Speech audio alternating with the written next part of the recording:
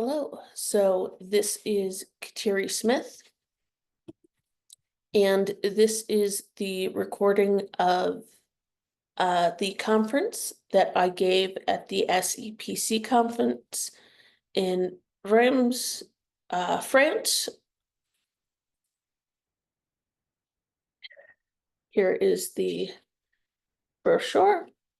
It is "The Archives Are Full of Voices, Decolonizing the Archive in the English-Speaking World." It was given on the 30th to 31st of January. And this presentation was given on January 31st as part of the section Investigating/Evaluating the Institutionalized Archive. And then we will get into the presentation.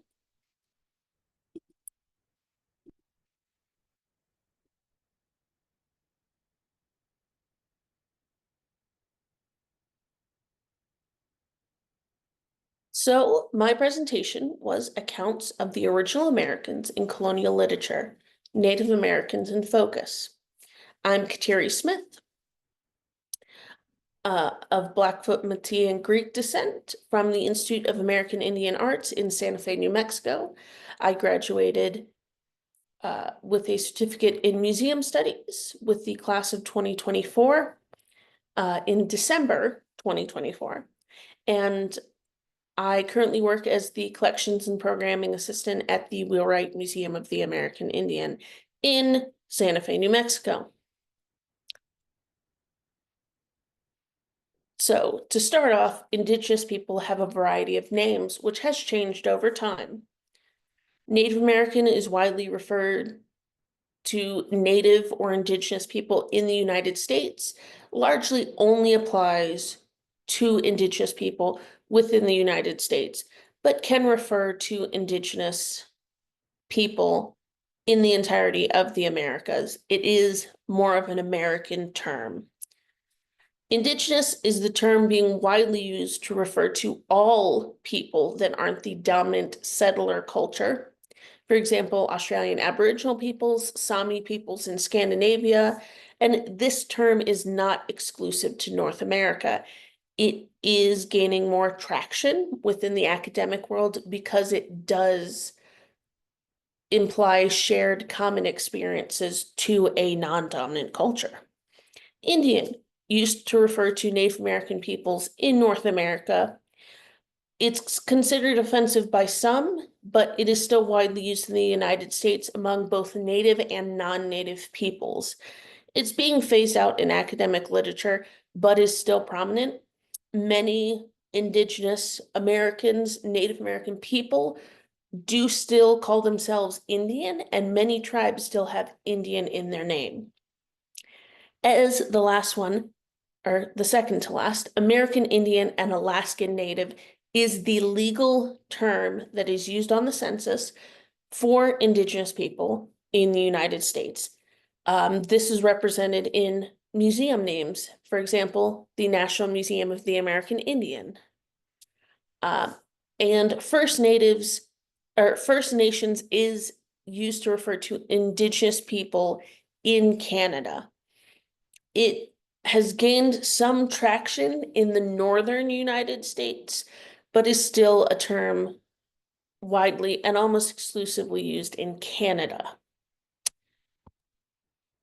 So, Native people do not all look the same, they don't have the same culture, and they don't have the same, though they do have similar experiences with colonization. These are 6 different Native American and Alaskan Native peoples from across the United States. These are all photographs which are held within the Library of Congress. We have everything from a Plains culture to Pueblo cultures to Inuit and Alaskan Native cultures. different clothing, different geographical regions, different lifestyles, and all coming from different worldviews. So while, especially outside of the United States, people tend to group these all together, they are distinct cultures under an umbrella, almost like you would use the term European for anybody who comes from Europe, but an Italian is very different from a Swede. And this is the abstract. The United States of America is a unique colony. It won independence and became a new country, one of the first countries to actually break away from what was then the United Kingdom and was successful at this. Though there has always been a separation between Native American peoples and those of African descent and the majority culture, which is the dominant culture, which is European. Even in our Declaration of Independence, Native American people were called merciless Indian savages, and at this time it built a larger gulf between the settlers and the original peoples. Much of this is because many of those cultures that were in New England, the kind of hotbed of this new country, did side with the British, who guaranteed them more independence. Many of these colonial accounts from the settler's perspective became the base of American history as we see it now. There was very little to almost no Native American perspectives in this early literature until fairly recently. Many of these descriptions by the colonial dominant culture were used as a justification to push away the people. It would later be termed manifest destiny. Basically, God gave them the right to take over this land from these savage people. Despite this, the first autobiography by a Native American author that was widely published was in 1829 with A Son of the Forest by William Appice. It was written by himself and was treated as a curiosity. The first novel written by a Native American came in 1854, but was not about a Native subject. In the 70s, this changed, and we, as historians and anthropologists, started looking in and finding and pulling out these Native accounts. These accounts did exist. They were just not kept and were not widely published. Many of these were written by people of the Eastern Woodlands, the first people to be colonized, who did accept education as a means forward. They were forward-thinking enough to actually know that the colonization wouldn't stop, and they had to adapt themselves. We are going to look at a case study of Samson Occum, who was a Mohegan, born in 1723, died in 1792. And here is an image of him. He is unique in that he was considered one of the greatest orators of New England at this time and the greatest Native American orator of his time. And using this case study, we can see how even a prominent person who published widely and was lecturing widely was able to be suppressed. This leaves the question of how many more who were not as prominent were also suppressed. So, Samson Occum was very educated. He was a minister He spoke at least 2 languages and could read at least 3: English, Mohegan, and Hebrew. Here we can show that he was literate. He could write very well. This is also the first written example of the Mohegan language. It was in Samson Occam's Hebrew primer for when he was training to be a minister in 1751. So, as a child and a young man, he was considered the ideal Indian. Here he is in a painting of him from around 1750. He was a student of Elizur Wheelock, a Presbyterian Congregationalist minister. He was considered very bright. He had a natural charisma and became an orator. With Wheelock, he became a leader in the Brotherton/Brothertown movement, which continues to this day in Wisconsin. Here's another image of Samson Occam, this time in a more common pose for a minister of that day. So he was this ideal student and was a minister for 12 years among the Montauk and Mohegan, and he gained enough acclaim that he was sent on a fundraising tour to England from 1766 to 1768 to raise funds for what he believed would be an Indian charity school founded by Wheelock. This was a struggle for him. He had never been outside his homelands for long, and he trusted Wheelock, who he had known since 1743, so since he was relatively young, to look after his wife and children.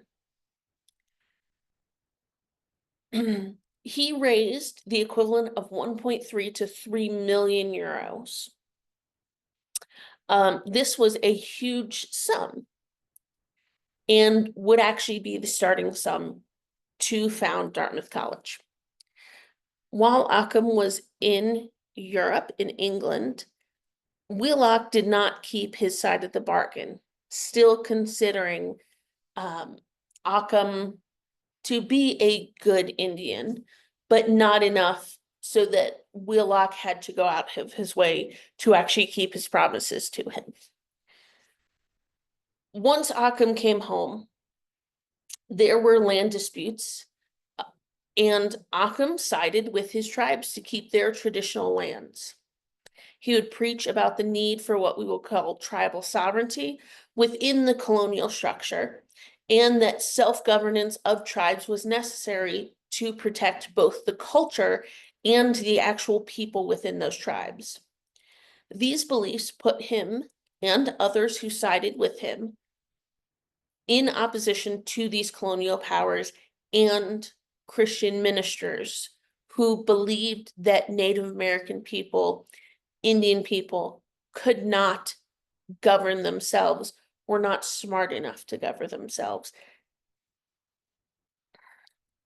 This put Occam in a place between his mentor and the colonial powers and his own tribe and people who he felt a devotion to.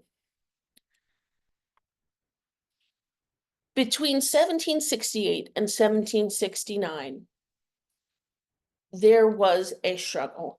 The harvests weren't good. Occam had just returned from his trip in Europe, and the Brotherton Indians were in a state of almost famine.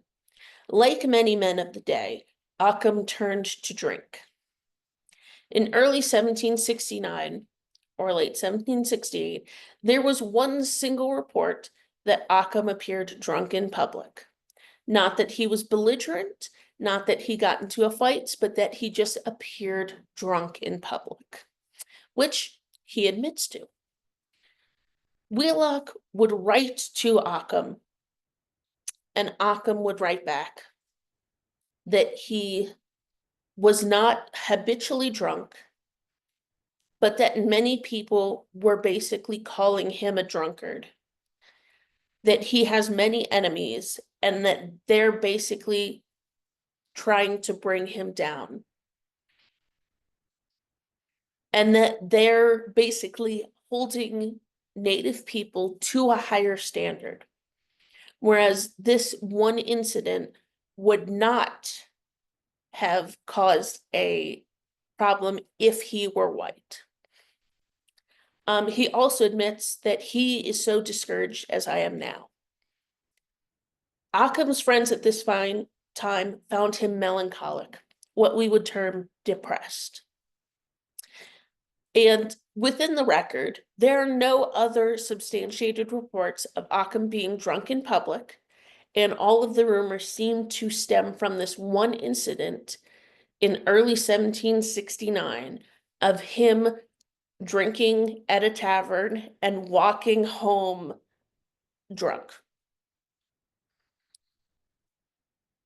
This would have set off a storm. Wheelock himself was a fountain of these rumors about Occam. Occam, however, was very productive in this time. Around the same time where the rumors were that he was habitually drunk, that he couldn't do anything, he actually wrote his own autobiography, which wouldn't be widely published. Wheelock and others were calling him a lost cause and trying to take his ministry from him, but he was productive.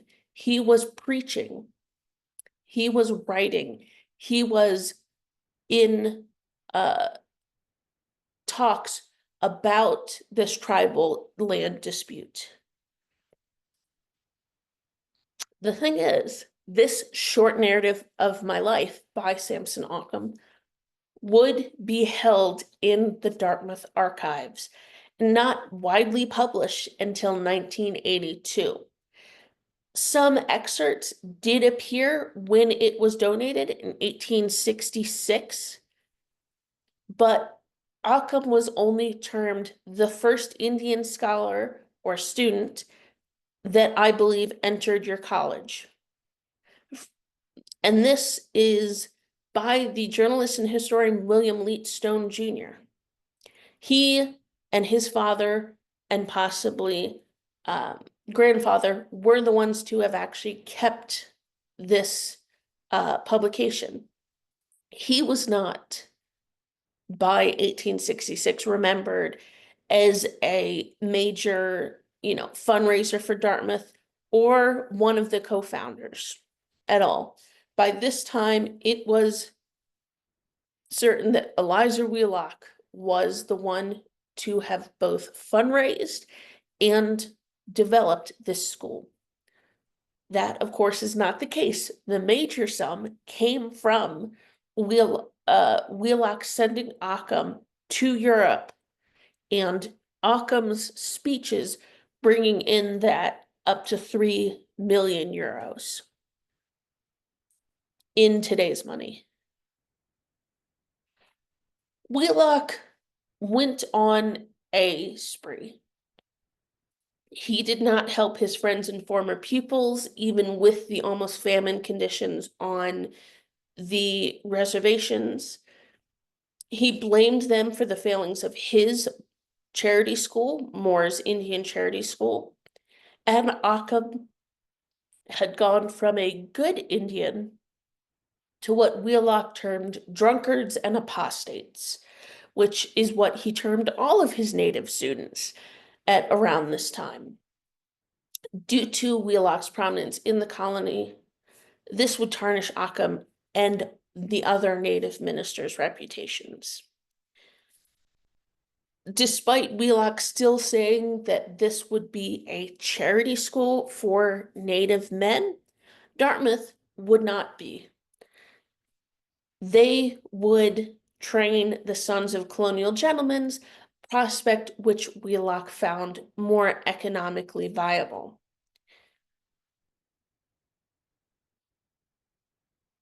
Wheelock published a book, a pamphlet in 1771 called Continuation of the Narrative of the Indian Charity School. Even in 1771, he was still saying that he was fundraising for an Indian charity school. And he wrote widely about his students, not necessarily by name, but other references attributed to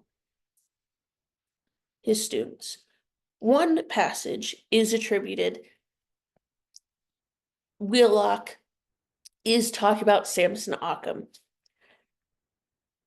And it reads, "There are some of whom I did, and do still entertain a hope that they were really the subject of God's grace, who have not wholly kept their garments unspotted amongst the pots." Basically, Wheelock is already planting the seeds that his Native American students were not worthy of a school.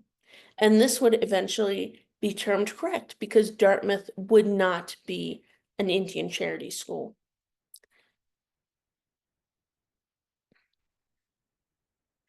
And Samson Occam wrote to his former mentor that he had worked so hard for and fundraised and was away from his wife and children, and that Wheelock did not take care of his family and had deceived him.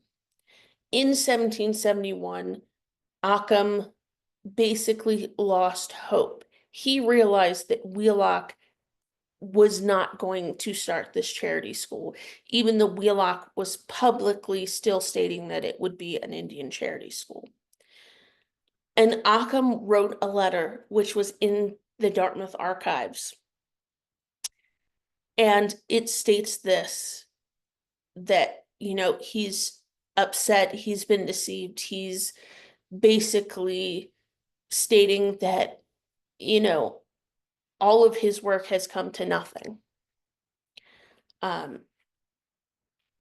And around this time, in 1771, Occam would basically retreat into his tribe. He would still widely have sermons, lectures, and be kind of the go-between between the tribe and the government.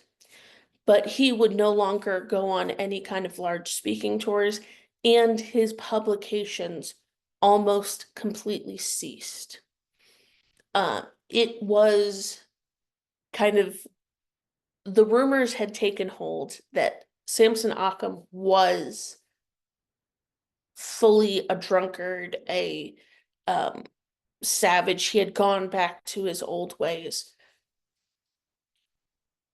And instead of fighting these, realizing that, everything was against him, he decided to focus on what he cared about the most, which was his tribe. And Dartmouth would suppress these letters. They would suppress Occam's letters. They would acquire them over time, but they would not publish them. They would not widely, disseminate that he did fundraise for the school, and basically reduced access to these archives.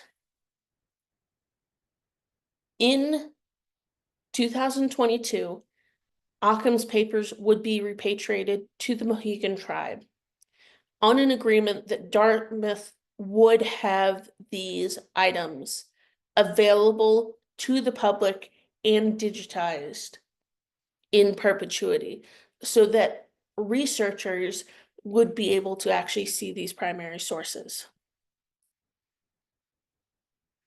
Occam's story shows that archives, which were meant to serve historical persons, do not include Native American voices or their impacts.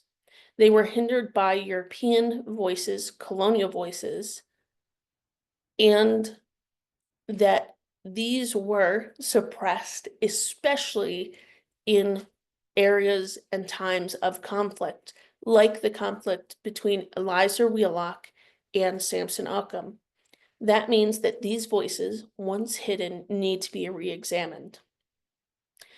Today, there is a movement to correct or call out the historical injustices and prejudices which have written off Native people.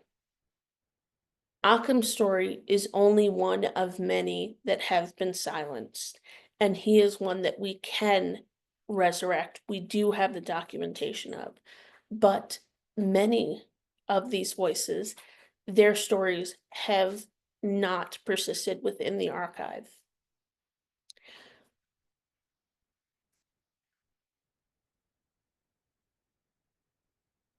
Thank you. This was the recording after the fact of the presentation given at the SEPC conference on the case study, Native Americans in Focus, the case study of Samson Occam. The paper should be published in spring of 2026, which goes more into depth about the historical archives and the reduction or completely overwritten Native American voices in colonial archives. Thank you.